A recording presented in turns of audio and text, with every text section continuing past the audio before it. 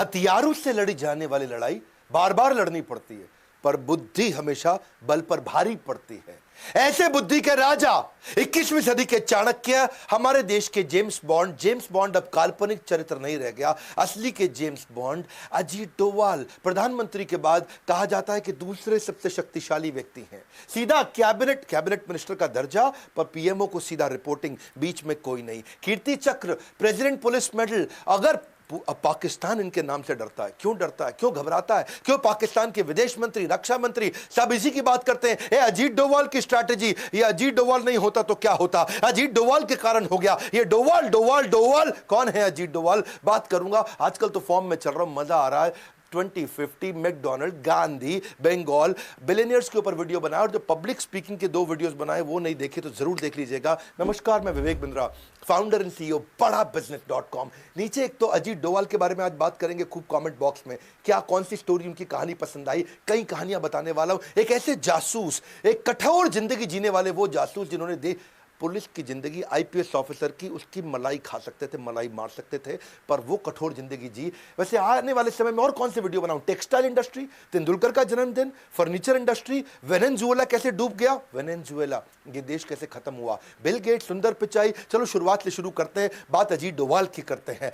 जिस प्रकार कोरोना से बचने के लिए इम्यूनिटी का होना जरूरी है, उसी प्रकार इंटरनल सिक्योरिटी के लिए अजीत डोवाल बहुत जरूरी है। उत्तराखंड के रहने वाले पौड़ी गढ़वाल के 1945 में आजादी से पहले जन्म हुआ, आजादी से पहले, अभी तक पूरी तरह fresh and active. Indian army officer थे इनके पिता, और अजमेर मिलिट्री स्कूल में इन्होंने पढ़ाई करी। इंडियन पुलिस सर्विस 1968 में इन्होंने आईपीएस के रूप में ज्वाइन किया। कैडर मिला था केरला का, 37 साल की नौकरी में 7 साल पुलिस में रहे, बाकी उसके बाद आईबी, रॉ और क्या क्या किया जासूस बन के। 72 में उस समय चर्चा चल रही थी, नॉर्थ ईस्ट में चल रही थी इंसर्जेंसी, भयंकर आतंकवाद, बहुत परेशानी थी। हर राज्य वहां बोल रहा था मुझको अलग देश बना दो, मुझको अलग देश बना दो। वहां लाल डेंगा मिजोरम में बहुत शक्तिशाली हो चुके थे, लाल डेंगा की ताकत बढ़ चुकी थी, पैरेलल सरकार चला रहे थे। लाल डेंगा, समझना इस कहानी को, नाम आपने सुना होगा, लाल डेंगा का आतंक कितना हुआ करता था उस समय। नॉर्थ ईस्ट में मिजोरम इतना शोर हो गया कि दिल्ली में लोग घबराए थे, और तभी पूछा, वहां पे एक आईबी ऑफिस में मीटिंग बुलाई गई, कौन जाएगा देखने के लिए।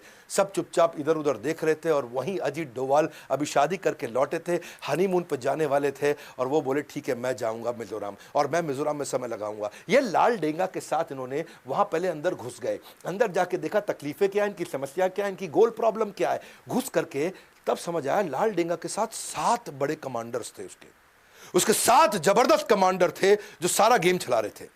यानी कि लाल डेंगा की ताकत, जैसे याद है हातिम ताई में तोते के अंदर ताकत थी, लाल डेंगा की ताकत इन 7 कमांडर्स में थी। ये 7 कमांडर से नीचे नीचे जाके दोस्ती करते थे। इनकी खास बात यही कि दुश्मन के अंदर खेमे में जाके कुछ लोगों को दोस्त बनाए आते थे। अच्छा, दोस्ती इतनी कर ली कि रोज शाम को उनके एक कमांडर को घर बुलाते, और बढ़िया साथ में बैठ के दारू भी पीते, खूब ड्रिंक करते, उनके साथ बढ़िया नॉनवेज उनकी वाइफ खुद बना के खिलाती, और इतनी दोस्ती कर ली और उनको समझाना शुरू कर दिया। सारी इंफॉर्मेशन ले ली कि क्या है ये माल्फ। मिजोरम आर्मी लेफ्ट फ्रंट पर कौन है अजीत डोवाल, जो हर बाल की निकाल दे खाल, वो है अजीत डोवाल। इतना अंदर चले गए कि जा करके उनसे समझाना शुरू किया, एक एक करके दोस्ती करी। बोला ऐसा है ना, मैं तुम्हारे को सारी ताकत दिलाता हूं, भारत सरकार में मेरी चलती है, तुमको स्पेशल कैटेगरी राज्य बना दूंगा। ऐसा कुछ करते हैं कि तुम्हारा यहां पे इलेक्शन करके तुम्ही को यहां मंत्री बना देते हैं, तुम्हारे ऊपर जो क्रिमिनल चार्ज है उस सारे को हटवा देते हैं, और तुम्हारे को नेबरिंग कंट्री के साथ में तुम्हारे लीगल अग्रीमेंट्स बनवा देते हैं। तुम्हारे राज्य में कोई घुसेगा तो उसको पासपोर्ट इलेक्शन कार्ड टाइप चाहिए, यानी कि वो सब सिस्टम भी बनाए रखते हैं। उन्होंने उनको इतना विश्वास दिलाया कि तुम्हें जो जो चाहिए मैं सब दिलाऊंगा, और कोई धन की कमी है तो वो भी दिलाऊंगा, स्पेशल स्टेट होने पे जो पैसा नहीं चाहिए वो भी दिलाऊंगा। और एक एक करके इन्होंने 7 में से 5 आदमी अपने साथ, क्षमा चाहता हूं 6 आदमी अपने साथ कर लिए। लाल डेंगा पड़ गया कमजोर, अब लाल डेंगा की चली नहीं, और वहां पॉलिटिकल पार्टी बनाने के लिए उन्होंने बोला लाल डेंगा अब तू आजा मेरे पास। बाद में लाल डेंगा को लेकर के आए, उसको अकेले में समझाया, और देखा कि 6 आदमी उसके अगेंस्ट हो गए, और लाल डेंगा के साथ अब नेगोशिएशन किया। इन नेगोशिएशन करने से पहले सामने वाले की वीकनेस पकड़ते थे, इसीलिए मैंने बोला चाणक्य, क्योंकि ये फ्यूचर के कई महीनों को आज भाप के अपनी स्ट्रैटेजी बनाते थे। इतना कियोस क्रिएट कर देते हैं दुश्मनों के अंदर कि दुश्मन भी इधर उधर देखने लगते हैं, डोवाल का आदमी तो नहीं है ये, कहीं डोवाल का आदमी तो नहीं है। वहीं से उसके बाद सिक्किम भेजा गया इनको, बोला मिजोरम तूने इतना कंट्रोल किया, सिक्किम में हुआ क्या था, वहां के जो राजा थे ना, उसने एक अमेरिकी लड़की से शादी कर ली, और वो CIA एजेंट थी, और वो जो अमेरिकी लड़की CIA एजेंट थी, सिक्किम के राजा ने शादी करके अब वो कंट्रोल करने लगी, वो सरकार चला रही। इधर भारत सरकार टेंशन में आ गई कि भैया सीआईए एजेंट मतलब अमेरिका आके कंट्रोल करेगा और उसका चाइना से कहीं रिश्ता ना बनवा दे और चाइना का कहीं कंट्रोल ना बढ़ जाए। अब वहां के राजा जो है सुने नहीं किसी की। अब ये सिक्किम अलग हो गया था भारत से, अभी तक भारत का पूरा हिस्सा बना नहीं। 47 में केवल अधूरे कुछ कॉन्ट्रैक्ट के साथ सिक्किम भारत से जुड़ रहा था पर पूरी तरह भारत में मिला नहीं। तब ये वहां डोवाल गए, वहां जाके क्या देखा, उधर की local party Sikkim national Congress party, उनको पकड़ लिया इन्होंने और वहां उनसे दोस्ती करी, उनके लीडर्स को अपने साथ रिश्ता उनका जोड़ा और पूरे सिक्किम के अंदर बोला कि तुम्हारे राजा तो तुम्हारे को कुछ मदद नहीं कर रहा है, तुम्हारा राजा तुमसे टैक्स वसूलता है, तुम्हारा सपोर्ट नहीं करता। और वहां राजा के खिलाफ हवा बढ़ानी शुरू कर दी और इस पार्टी को मजबूती देनी शुरू कर दी। बाद में रेफरेंडम भी पास करा दिया, वहां सब लोगों ने भारत के फेवर में वोट भी कर दिया। अच्छा, वहां राजा और इनका प्रधानमंत्री जब ये बना, वहां का सिक्किम नेशनल कांग्रेस पार्टी इनका आपस में झगड़ा करा दिया। मैं बता रहा हूं आपको, बुद्धि बल पे भारी पड़ती है, हथियारों की लड़ाई जिंदगी भर लड़नी पड़ती है। और ये क्या किया, इनका आपस में झगड़ा। अब प्रधानमंत्री और राजा आपस में झगड़ा करें, राजा ने अब अटैक करने की कोशिश करी, प्रधानमंत्री ने यहां पे हमारे देश के प्रधानमंत्री को बोल दिया। तब सिक्किम का प्रधानमंत्री माना जाता था, तो हमारे देश के प्रधानमंत्री को बोला भैया मेरी मदद करो। और देश के हमारे प्रधानमंत्री उस समय तुरंत डोवाल के कहने पर सेना भेज दी और राजा के पूरे महल को कब्जा कर लिया, राजा को कंट्रोल में कर लिया। राजा आए कंट्रोल में, गेम हो गया पूरा चेंज और सिक्किम को पूरे होशो हवास में राजा के वापस देश में मिला लिया। जोश में गोली चलती है और होश में बोली चलती है, ये बोली से काम कर जाते हैं, इनको गोली नहीं चलानी पड़ती है। और वही कारण है आज सिक्किम हमारे देश का हिस्सा क्यों। अजीत डोवाल कहानी सुनते हैं पाकिस्तान की। ये जो हमारे अजीत डोवाल है ना, ये बहुत बुद्धिमान जासूस थे। इसकी कहानी को जरा समझते हैं, पहले बैकग्राउंड देखते हैं। इंडिया में पोखरण का टेस्ट कर दिया इंदिरा गांधी ने, जैसे बाद में आगे हमारे प्रधानमंत्री वाजपेयी ने किया था। न्यूक्लियर का टेस्ट अपना हो गया, यहाँ पे सफल हुआ। पाकिस्तान को लगनी थी मिर्ची, उनको तकलीफ होनी थी, उन्होंने अपनी तैयारी करनी थी। तो वहां जो डॉक्टर AQ खान उनके साइंटिस्ट थे, उन्होंने चाइना और फ्रांस से मदद ली कि हम भी अपना न्यूक्लियर टेस्ट करेंगे भाई, हम भी अपने न्यूक्लियर वेपन बनाएंगे। फ्रांस को समझ आ गया ये टेक्नोलॉजी के लिए नहीं, वेपन के लिए कर रहा, तो फ्रांस हो गया बाहर। चाइना मदद कर रहा था, लेकिन ये डॉक्टर AQ खान की तैयारी पूरी नहीं हुई, तो ये नॉर्थ कोरिया निकल गए। साइंटिस्ट थे ये, नॉर्थ कोरिया गए। नॉर्थ कोरिया अपने किम जोंग यूंग के पिता उस समय, वो भी अपने न्यूक्लियर के चक्कर में पड़े थे। तो दुनिया ने देखा क्या चक्कर है भाई, ये क्यों गया नॉर्थ कोरिया, ये क्यों तैयारी करके आया। सबको लगने लगा इधर जो है मैडम इंदिरा गांधी ने और रॉ और IB का गठन कर दिया और अपनी बढ़िया टीम बना दी कि मैं यहां से लोगों को भेजती हूं चाइना और पाकिस्तान, मेरे अपने स्पाई और मेरा अपना नेटवर्क होना चाहिए जो राइट खबर दे सकें।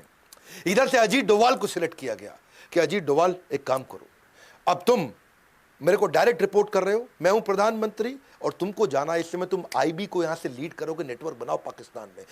काहोटा नाम की जगह थी, रावलपिंडी के पास में, जहां पे इनका एक खान रिसर्च सेंटर था, जहां पे इसकी तैयारी चल रही थी। इसकी खबर तो लगी लेकिन ढूंढना मुश्किल हो रहा था। अब ये अंडर कवर एजेंट वहां पहुंच गए पाकिस्तान के अंदर, वहां ढूंढने का खूब प्रयास किया, कुछ मिले नहीं। वहां पे ये काहोटा में भिखारी बन के घूम रहे थे और अपनी पूरी तैयारी कर रहे थे। इधर इंडिया के अंदर उथल पुथल हुई, इंदिरा गांधी इलेक्शन लूज कर गई क्योंकि अपना इमरजेंसी हुआ था। और यहां कौन आ गए, मोरारजी देसाई आ गए। अच्छा, इन्होंने क्या किया, खान रिसर्च सेंटर के बाहर जो साइंटिस्ट आते थे उनको ट्रैक करना शुरू किया। ये साइंटिस्ट आ रहा है जा रहा है, आ रहा है जा रहा है, मिल नहीं पा रहे हैं, पकड़ नहीं पा रहे, समझ नहीं आ रहा क्या करें। तो इनकी जो अपनी पढ़ाई थी, इनको पढ़ाई से समझ में आया कि अगर कोई न्यूक्लियर वेपन पे काम कर रहा है तो उसका जो रेडिएशन है ये उसके शरीर में आ सकता है, उसके शरीर के स्किन का टुकड़ा मिल जाए, बाल का टुकड़ा मिल जाए। तो उन्होंने एक ऐसा नाई ढूंढ लिया, वहां ऐसी बार्बर शॉप ढूंढी जहां पे साइंटिस्ट जाया करते थे। तो वहां जाकर के भिखारी बन के वहां बाहर बैठ गए और वहां बालों के सैंपल उन साइंटिस्ट लोगों के कलेक्ट करने शुरू कर दिए। बहुत बुद्धिमान थे, बहुत बुद्धिमान, लंबी तैयारी करके चले। अगर ये न्यूक्लियर वेपन पे काम कर रहे हैं तो बालों में रेडिएशन आ जाएगा। इन्होंने धीरे धीरे सैंपल कलेक्ट किए और किसी तरह अपने नेटवर्क के थ्रू उसको इंडिया में भेजा। और इंडिया में जब बालों को चेक किया गया तो बहुत भारी मात्रा में रेडिएशन भी मिल गया। अब समझ आ गया कि यहीं पे पाकिस्तान काम कर रहा है, यहीं तैयारी हो रही है। तो इन्होंने जो है सोचा कि अब क्या किया जाए, इसको कैसे तबाह करें, इसे कैसे खत्म करें। ये सोचा कि भाई अब दोबारा झगड़ा किया इनके साथ में तो अमेरिका पाकिस्तान की मदद कर देगा। तो अगर मैं इस समय अपने प्रधानमंत्री को समझाऊं उनको अटैक करें, हमारे प्रधानमंत्री मानेंगे नहीं। तो उन्होंने एक इंटेलिजेंट तरीका निकाला। इन्होंने सोचा कि मोसाद को पकड़ता हूं मैं। तो इजराइल की जो अपनी इंटेलिजेंस एजेंसी मोसाद को उन्होंने बोला, देखो भाई मेरी बात समझो आप, ये जैसे तुमने इराक को तबाह किया, ये मुसलमान देश है, अगर इसने बना लिया न्यूक्लियर वेपन सबसे पहले तुम उड़ जाओगे, तुम खत्म हो जाओगे। इसलिए एक काम करते हैं, मैं तुमको सब बताऊंगा कहां पे करना, तुम आके इसको उड़ा दो। तो अजीत डोभाल इंटेलिजेंट थे, बोले इंडिया को लड़ना भी नहीं पड़ेगा और मैं इजराइल और पाकिस्तान का आपस में झगड़ा करा दूंगा, मेरा काम भी बन जाएगा और यहाँ कोई न्यूक्लियर टेस्ट होगा भी नहीं। तो और मोसाद मान भी गए। ये इतना बढ़िया कन्विंस करते थे, पता नहीं बुद्धादित्य योग है इनके पास, कौन सा योग है, ऐसे एस्ट्रोलॉजिकल योग है, ये जिसके पास जाए उसको कन्विंस कराया करते थे। और कन्विंस कर दिया, इजराइल तैयार हो गया। इजराइल ने बोला एक काम करो भैया, हम कहीं इराक के ऊपर से उड़ा करके, ये जो मिडिल ईस्ट कंट्री है यहां से तुम जहाज ला नहीं सकते, पूरी तरफ दूसरी तरफ से घुमा के लाना पड़ेगा। रिफ्यूलिंग के लिए तुम हमारी मदद करो, गुजरात में रिफ्यूलिंग कर लेंगे, अपना बेस दे देना, वहां से जाएंगे, इनको उड़ा देंगे पाकिस्तान में, पूरा खत्म कर देंगे इनका खान रिसर्च सेंटर, कुछ नहीं होगा न्यूक्लियर टेस्ट। तो ये बोले ठीक है। अब ये रिपोर्ट करते रहे पीएमओ को, ये पीएमओ के पास गए, उनसे बात किया, भैया मैंने इतना जुगाड़ कर दिया, आपको नहीं लड़ना पड़ेगा, मैं इजराइल को लड़वा के काम करा दूंगा।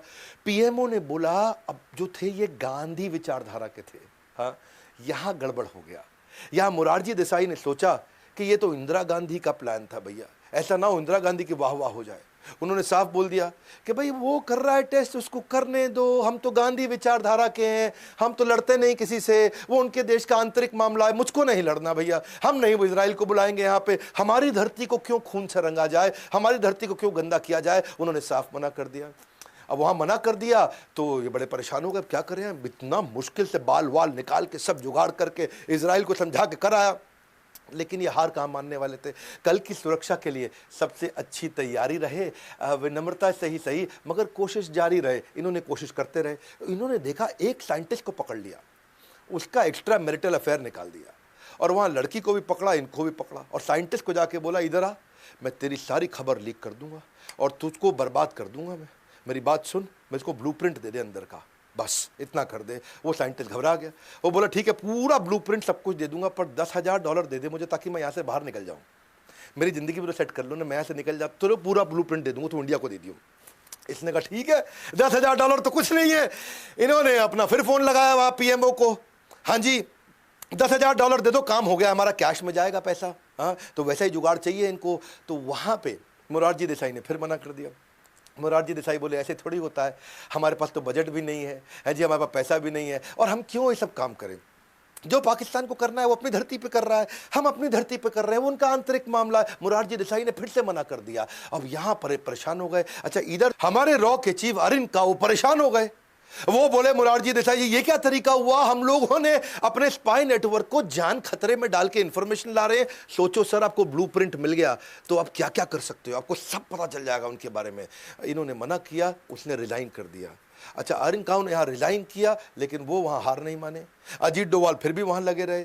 अजीत डोभाल ने वहाँ और तैयारियां करी कि मैं कैसे मैं इसको नेस्ते नाबूद करूं, कैसे इसको ख़त्म करूं कैसे। पर इतने में क्या हुआ, इनके जो यहाँ पे नए राष्ट्रपति यानी कि अभी आर्मी के थे, वो आकर के पूरे डिक्टेटर जिया उल हक, उन्होंने कंट्री को, पाकिस्तान को अपने कंट्रोल में ले लिया। लेकिन वो चाहते थे आजू बाजू के देशों से रिश्ता ठीक बना रहे, थोड़े धार्मिक थे, सबसे प्रेम से बात किया करते थे, कभी श्रीलंका के प्राइम मिनिस्टर को फ़ोन करें, कभी बांग्लादेश में करें, कभी फ़ोन करें नेपाल में, तो इंडिया में फ़ोन लगाए कभी कभी। अच्छा यहाँ पे जब मोरारजी देसाई से बात किया, मोरारजी देसाई अपने शाम को अपनी अलग आनंद में जीवन जी रहे थे, और वहाँ मोरारजी देसाई फ़ोन पे बात करते वक्त उन्होंने इनको बोल दिया, तुम क्या समझ रहे हो जिया उल हक, हमने कच्ची गोलियां नहीं खेली, हमें सब पता है तुम कहोटा में क्या कर रहे हो। और वहाँ जिया उल हक परेशान, वो कहा ये क्या हो गया, इसको कैसे पता, तुम क्या न्यूक्लियर वेपन बना रहे हो, तुम्हारे कितने साइंटिस्ट हैं, वहाँ क्या क्या तैयारी करी, तुम्हारे खान रिसर्च सेंटर में क्या हो रहा है। हम कच्ची गोलियां नहीं खेलें जिया उल हक, हमारा भी नेटवर्क है तुम्हारे यहाँ पे, हाँ जरा कंट्रोल में रहो जिया उल हक। जिया उल हक परेशान। ये हमारे देश के या दुनिया के किसी भी देश के प्रधानमंत्री के द्वारा की गई लगभग सबसे बड़ी गलती थी। और यहाँ जिया उल हक ने क्या किया, ये बहुत गुस्से में आ गए, वापस आए। सोचो इतना कॉन्फिडेंशियल प्रोग्राम किसी को नहीं पता दुनिया में हम कर रहे हैं, और यहाँ इनके प्रधानमंत्री को पता है। इन्होंने ढूंढ ढूंढ के हमारे नेटवर्क के आईबी के एजेंट्स, ढूंढ ढूंढ के हमारे रॉ के एजेंट्स को पकड़ पकड़ के निकाल के मारा, और कईयों को मारा, और सब बेचारे मार दिए गए, पूरा नेटवर्क वहाँ नेस्ते नाबूद हो गया, सब खत्म हो गया।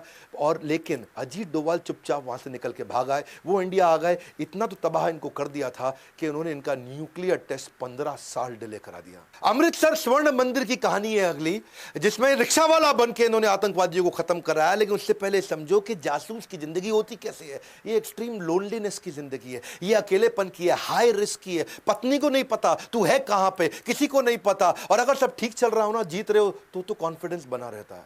लेकिन भाई साहब, जब बिल्कुल अकेले पड़ जाओ और सब खराब हो रहा हो और सारे प्लान बर्बाद हो रहे हो और आपको पता है किसी भी समय मारे जा सकते हो, उसके बावजूद इतना करेज रखना। ये थे अजीत डोभाल। अगली कहानी स्वर्ण मंदिर अमृतसर की। एक जासूस की सबसे बड़ी ताकत उसका आत्मविश्वास होता है, और वहां स्वर्ण मंदिर, वहां भिंडरेवाला, इन लोगों ने कब्जा कर रखा था पूरे स्वर्ण मंदिर को। 1984 में जब ऑपरेशन ब्लू स्टार हुआ था तो कई लोग मारे गए थे, पूरा स्वर्ण मंदिर भी टूट गया था, तो लोगों को बहुत बुरा लगा। स्वयं इंदिरा गांधी को भी बुरा लगा था, नहीं चाहते थे कि गुरुद्वारे का नुकसान हो, पर नुकसान बहुत हो चुका था, सिख लोग बहुत नाराज हो चुके थे।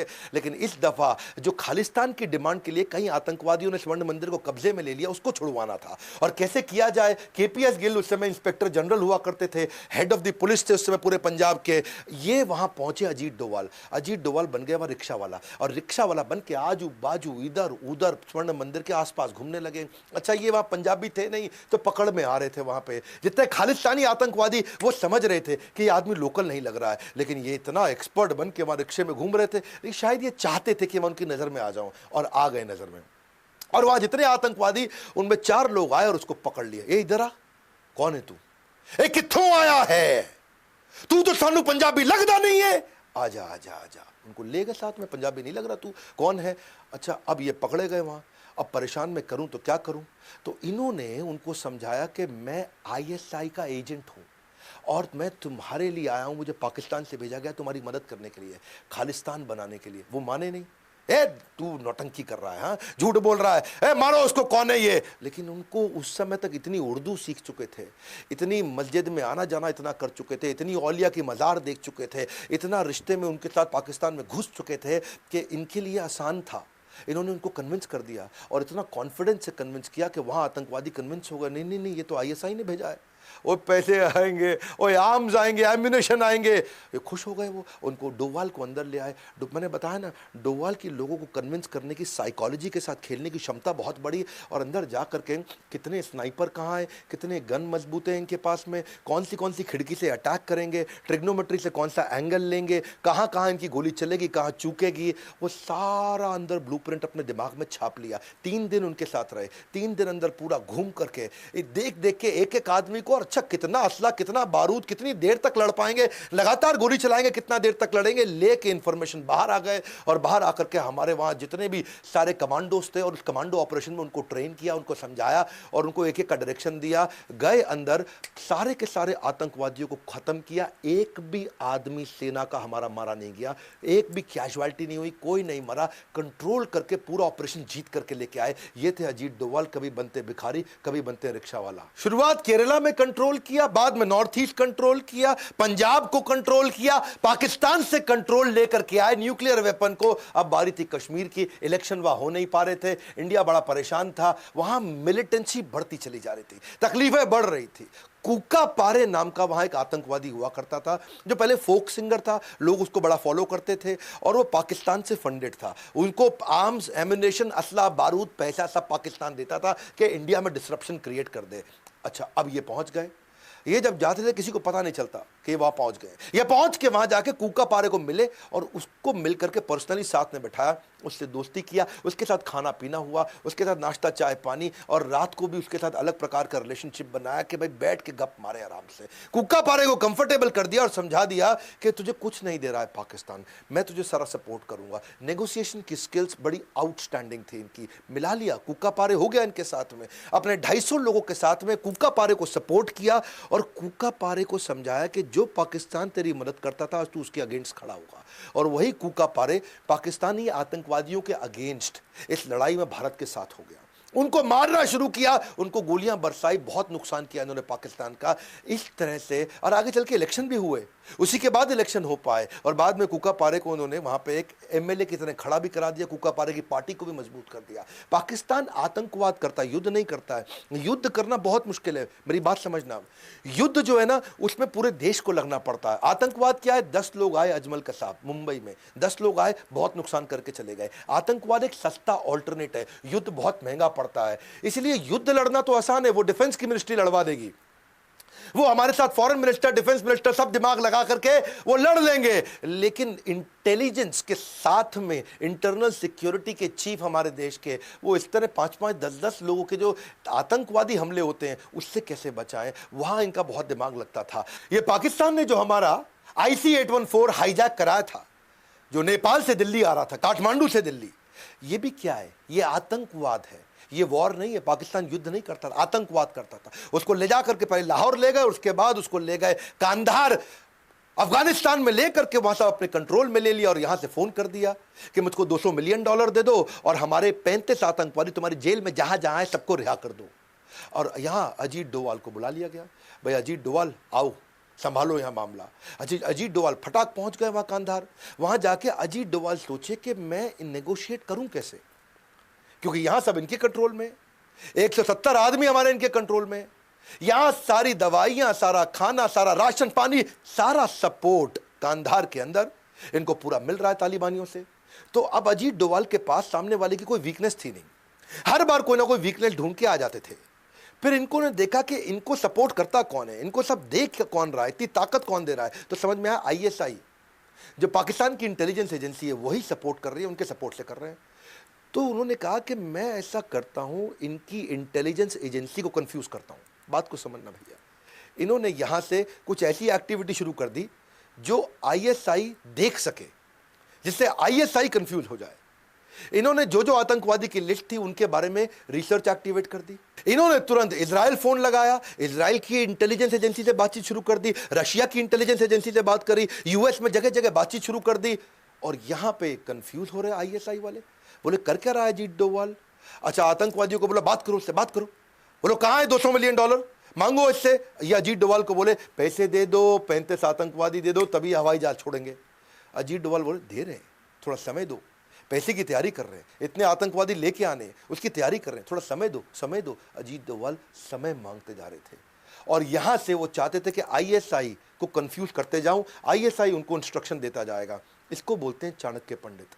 इन्होंने ISI को इतना कंफ्यूज करा दिया कि इन्होंने दुनिया भर में बातचीत शुरू कर दी और ISI को लगा अजीत डोवाल कोई लंबी चौड़ी तैयारी कर रहा है भैया, ऐसा ना हो कोई इजराइल से अटैक करवा दे, ऐसा ना हो कि पीछे रशिया का झगड़ा हुआ करता था इनके साथ अफगानिस्तान में, यहां से अटैक करा दे, कहीं US से कुछ करा दे।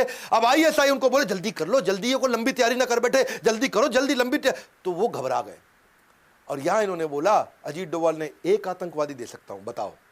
बोले नहीं, पूरे 35 से एक दे सकता हूं बताओ, 35 से एक दे सकता हूं बताओ। तो वो बोले 170 लोग मार देंगे, एक दे सकता हूं बताओ। तो उन्होंने कहा ठीक है, पहले मौलाना मसूद अजहर दे दो, फिर हमारे को उन्होंने 2 आतंकवादी और बता दिए, ये दे दो। उन्होंने कहा ठीक है, मैं 3 की ट्राई करता हूं, लेकिन देना 1 चाहता हूं। और यहां से ISI ने बोला देख जो है पैसे वैसे छोड़, ये 3 आतंकवादी जल्दी मंगवा दे हमारे को, ये 3 आदमी चाहिए हमारे को। और बस वही हुआ, वो घबरा गए और फटाफट इन्होंने उनकी साइकोलॉजी से खेला, नेगोशिएट किया, 35 की जगह केवल 3 दिए, $200 मिलियन की जगह कुछ नहीं दिया और सारे के सारे 170 के 170 लोगों को, खाली एक का देहांत हुआ था, बाकी सबको हवाई जहाज में लेकर चुपचाप वापस इंडिया आ गए। ये थे अजीत डोवाल। बोला एक से ज़्यादा नहीं देना चाहता था वो, तो यहाँ पे पूरे देश का प्रेशर हुआ पड़ा था। वाजपेयी साहब बोल रहे थे जो मांग रहे हैं दे दो, लेकिन जल्दी अपने लोगों को ले आओ, अपने लोगों को ले आओ। तो ये प्रेशर में चलते, अगर प्रेशर ना होता तो शायद एक से ही बचवा के ले आते। Dawood Ibrahim most wanted India का आतंकवादी खत्म कर दिया होता अजीत डोवाल ने। दाऊद इब्राहिम की ना बेटी की शादी थी, जावेद मियांदाद क्रिकेटर था, उसके बेटे के साथ जुनैद मियांदाद, शादी हो गई पाकिस्तान में। पाकिस्तान शुरू से मना कर रहा है दाऊद इब्राहिम हमारे यहां नहीं है, हमारी जमीन पे नहीं रहता, इंडिया मांग रहा है पाकिस्तान से, पाकिस्तान कहता है ही नहीं यहां। इंडियन इंटेलिजेंस को जब पता चला तो पाकिस्तान को भी वहां समझ रहा था, उसने कहा भाई तुम रिसेप्शन यहां नहीं करोगे, यहां से निकल लो, तुम चले जाओ ग्रैंड हयात होटल के अंदर, दुबई में रिसेप्शन इनकी फिक्स हो गई, वलीमा बोलते हैं शायद इसको। और वो जब इनको पता चला अजीत डोवाल को, बोले सीधा मौका है, पहली बार इंडिया को पता है दाऊद इब्राहिम कितने बजे कहां कैसे किस गली में मिलेगा, ठा गेम ओवर करेंगे। अजीत डोवाल ने अपने यहां गवर्नमेंट को समझा दिया हम कुछ नहीं करेंगे, ऐसा करते हैं, इसमें छोटा राजन के शार्प शूटर उठाते हैं, नेपाल से इनकी पुरानी दुश्मनी है और दुश्मन को दुश्मन से बढ़वाते हैं, हमारा काम अपने आप हो जाएगा। छोटा राजन के 2 शार्प शूटर ये काठमांडू के रास्ते दिल्ली ले आए और दिल्ली लाके एक 5 स्टार होटल में उनको ट्रेन कर रहे थे। हाँ, क्योंकि इनका जो झगड़ा है पुराना झगड़ा था, ये 90s का झगड़ा था, हिंदू डॉन मुस्लिम डॉन, और उस झगड़े को ये भुनाना चाहते थे। और अब इतनी बढ़िया ट्रेनिंग चल रही थी, लेकिन ऐसा मीडिया में सुनने में आता है कि आज भी मुंबई पुलिस में कुछ लोग हैं जिनको दाऊद से शायद तनख्वाह मिलती हो, और वही खबर फैल गई। कमिश्नर ऑफ मुंबई पुलिस तुरंत दिल्ली पहुंच गया और जाकर के उन्होंने रोक दिया उनको, बोला अजीत डोभाल आप नहीं कुछ कर सकते इसमें, मेरे को ये दोनों आतंकवादी चाहिए, मैं इनको ढूंढ रहा था, ये नेपाल से दिल्ली आ गए, अब मैं इनको ले जा रहा हूं। अजीत डोभाल ने समझाया अरे हम बड़े मिशन पे लगे हैं भाई, ये दाऊद को रुक जाओ नहीं। अजीत डोभाल उस समय रिटायर हो चुके थे और कमिश्नर उस समय स्टैंडिंग कमिश्नर थे, और वो उस दोनों को लेकर के वो नेपाली आतंकवादियों को, या समझो छोटा राजन के दोनों शार्प शूटर्स को लेके, अगर वो मुंबई पुलिस इस समय हस्तक्षेप नहीं करती तो दाऊद आज इस दुनिया में नहीं होता। अजीत डोभाल इंटेलिजेंट ऐसे हैं, साहस ऐसा है कि बड़ों बड़ों को चकनाचूर कर दे। ISIS ने इराक को ऑक्यूपाई किया था, अगली कहानी सुनो। और उस समय आपको याद होगा कि तिरकित के अस्पताल में वहां हमारी कई नर्सेस थी, और वो 46 इंडियन नर्सेस थी जिनको वहां कैप्चर कर लिया। ISIS उनको छोड़ना नहीं चाहता था, वो उनके कब्जे में आ चुका था। अजीत डोभाल चुपचाप, जिस दिन ये पता चला 2 दिन के अंदर इराक पहुंच गए, और इराक के अंदर किसी को नहीं मालूम, इंडिया में नहीं मालूम किसी को अजीत डोभाल इराक में नहीं मालूम अजीत डोभाल इराक में है। 48 घंटे लगे अजीत डोभाल को ISIS को समझाने में कि मेरे को सारी 46 नर्सेस चाहिए तुरंत। 48 घंटे के अंदर, दुनिया में आज तक किसी को नहीं मालूम अजीत डोभाल उनसे क्या बोल के आए। ISIS जो अमेरिका की नहीं सुनता, रशिया की नहीं सुनता, किसी की नहीं सुनता, वो अजीत डोभाल की सुन लिया। 48 घंटे के अंदर सारी 46 नर्सेस को एकदम सुरक्षित वापस इंडिया में ले आए। ऐसे आदमी, पुलवामा में अटैक हुआ, उससे पहले अटैक हुआ, यही तो मास्टरमाइंड है हमारे सर्जिकल स्ट्राइक के। इंडिया, ये तो आपको पता ना, चीप तरीके से पाकिस्तान अटैक करता है, वॉर तो करता नहीं सामने आकर के, आतंकवाद करता, आतंकवाद सस्ता पड़ता है उनको। 18 सोल्जर हमारे शहीद हुए थे, कहाँ पे, ये उरी में। और उरी में जब ऐसा हुआ पूरे देश को गुस्सा था, इन्होंने तुरंत NSA की टीम बुला करके और मिलिट्री की हाई लेवल मीटिंग बुला करके, फना होने की इजाज़त ली नहीं जाती है, वतन से मोहब्बत पूछ के की नहीं जाती है। उन्होंने ब्लूप्रिंट तैयार किया, पूरी तैयारी कर ली, एक एक्सीलेंट अंडरस्टैंडिंग PM के साथ इनकी पहले से है, PM से इन्होंने अप्रूवल ले लिया, आइडियोलॉजी दोनों की मिलती जुलती है, आगे बढ़े और जाकर के तुरंत 11वें दिन के अंदर वहां जाके अटैक करके आए। 11वें दिन में LOC में घुसे, 3 किलोमीटर अंदर गए, लॉन्च पैड खत्म किए, 2 पाकिस्तानी सोल्जर्स को भी मारा, इनके 38 टेररिस्ट भी खत्म किए, इंडिया की एक भी कैजुअलिटी नहीं थी। ऐसे ये स्ट्राइक भी किया 2019 में, अभी रिसेंटली इन्होंने पुलवामा में अटैक किया। पिछली बार ये 11वें दिन पहुंचे, इस बार 12वें दिन पहुंचे, इंडियन एयरफोर्स लेकर के LOC को डिस्ट्रॉय करके उनकी मिलिट्री कैंप के अंदर घुस के, और वहां जाकर के इंडियन, अच्छा जब ये लोग वापस आने लगे तो पाकिस्तान ने कुछ फॉलो करना शुरू किया। जब फॉलो किया तो उनको खदेड़ने के लिए वापस अभिनंदन गए, अभिनंदन वहीं रह गए, और जब अभिनंदन वहीं रह गए, ये इंडिया में बहुत खबर हो गई थी, दुनिया में खबर हो गई। डोभाल को टाइम नहीं लगा, 2 दिन लगे, केवल 2 दिन के अंदर US एम्बेसी के थ्रू और डायरेक्ट मैसेज इतना मजबूती से पहुंचा। इमरान खान दुनिया को बोले नहीं नहीं, हम तो क्या है विनम्रता के चलते वापस कर रहे हैं। हिंदुस्तान का पायलट हमने पकड़ा हुआ है, हम एज ए पीस जेस्टर हम उसको कल रिहा करने लगे हैं हिंदुस्तान को। पर 48 घंटे के अंदर बड़ा क्लियर मैसेज दे दिया, ज़्यादा इधर उधर किया, बलूचिस्तान तुम्हें देखेगा नहीं, बहुत स्ट्रांग मैसेज दिया। 48 घंटे में अभिनंदन वापस। मुद्दा बड़ा सिंपल है, मुझे ना तन चाहिए ना धन चाहिए, बस अमन से भरा ये वतन चाहिए, और जब मरूं तो तिरंगा कफन चाहिए। ये तो सारी मलाई दुनिया की मार सकते थे, पर हमेशा इन्होंने वो काम किया जो सबसे ज़्यादा रिस्की था। कभी डरे नहीं, निडर है, किसी थ्रेट से घबराते नहीं, चेहरे पे इनके डर दिखता नहीं है, मेंटल पीस को मैनेज कर पाते हैं। इनके पास में सामने वाले की सारी फ्यूचर टैक्टिक्स क्या है उसको पकड़ सकते हैं, अग्रेशन, गुस्सा और शांति, ये दोनों को साथ में लेकर चलने वाले, साइकोलॉजी से खेलने वाले, देश को अपनी जान पर खेलकर आंतरिक बाहरी सुरक्षा देने वाले